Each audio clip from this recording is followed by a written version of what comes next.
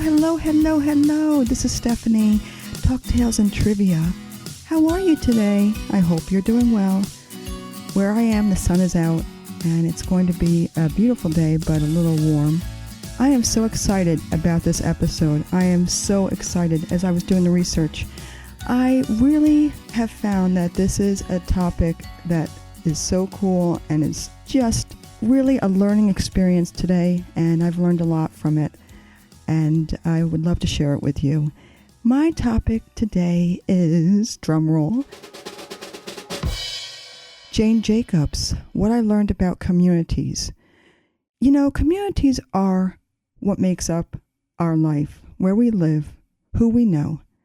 And there is one author, when I was in school that I studied, I had to take a prerequisite history class. And I was not that excited about doing it, but I did it because I needed to. And I found out that I had a passion for this type of urban planning history class that I took. It was fantastic. It was on New York City in particular. And so I learned about this woman, Jane Jacobs, which I don't think a lot of people know about. But let me tell you a little bit about her, and then I'll tell you my story, and then I'll tell you about something else. So let's delve into it. The Death and Life of Great American Cities is a book that was on the syllabus, on the reading list, when I was taking that class. It's a 1961 book by writer and activist Jane Jacobs. The book is a critique of 1950s urban planning policy, which it holds responsible for the decline of many city neighborhoods in the United States. This was very interesting to me. Jane Jacobs was an activist and a journalist and a sociologist that believed in preserving small communities in urban cities in particular and opposed gentrification, which is, if you know anything about cities, you know about gentrification. It's when big box stores and almost like a Starbucks and a Dunkin' Donuts and an Apple store comes in to a family-based neighborhood and takes over. And it takes the typical people that lived in that neighborhood and it brings them out of the neighborhood and it makes them go away from their environment. I'm big on environments, and that's what it does. So it brings in a different type of people into that small neighborhood, and it takes the people that were used to being in that neighborhood and brings those people away from that comfort zone. And she opposed big box stores. She was for the local mom and pop stores, and these big box stores made the mom and pop stores go out of business. Much like the 1998 movie You've Got Mail with Tom Hanks and Meg Ryan. If you haven't watched that, it's very cute, but it does really resonate with this. It's the same concept. So you have to watch it. I'm not going to give anything away. She was for sidewalks and parks that made up public spaces where people of all walks of life could congregate and socialize together within their own particular community, as opposed to non-residents shopping and moving through those areas. Without going into a lot of detail, because that would take up way too much time for this particular episode, Jacobs made urban planners more aware of the needs of local urban residents. Children, parents, grandparents, all living, shopping, and socializing within the same neighborhood, but using connecting streets that they wouldn't use as well. Say, for example, you lived in a city and you used only a certain amount of streets. Jacobs believed in kind of moving those particular people out and about, and they were still congregating within this area, but they were using a little more of the neighborhood. She was a big proponent of keeping that area, keeping those particular people together, but maybe seeing themselves out of the box a little bit. These neighborhoods where everything was within walking distance, but you had to travel on streets that you wouldn't normally travel in. It contained a wide diversity of people. My own experience living 40 minutes from New York City and only 15 minutes from a city the next town over, I appreciate Jane Jacobs' study on urban living and can appreciate it even though I live in a suburb of New York City. Everything I need is within my small community, within half a mile of a walking distance. I discovered this one day when I was without a car, and I actually could walk everywhere. I started at my house, and I started walking And I realized I had the train station within walking distance. And then if I wanted to go to Dunkin' Donuts, I went to Dunkin' Donuts. And then I stopped by the deli and I went to the deli, local deli. And then I went to the bank. And then I went to the pharmacy. And then I went to my farmer's market. And then I went to the gym. And then I came home. And it was all within walking distance. I noticed that maybe this walk was a comfortable 40-minute walk, with me stopping in each store for about 10 minutes, which is a normal kind of thing. So I have easy access to train, bank, pharmacy, farmer's market, gym. My doctor actually is right over here, and a well-known museum without having to leave my immediate comfortable surroundings. And also, it allows for a small amount of people that aren't local to come into the community, which is actually good for the community. Does this make sense? I think it does. What I was reading when I was doing this class was The Death and Life of Great American Cities. And I had a professor that really believed in Jane Jacobs and her work.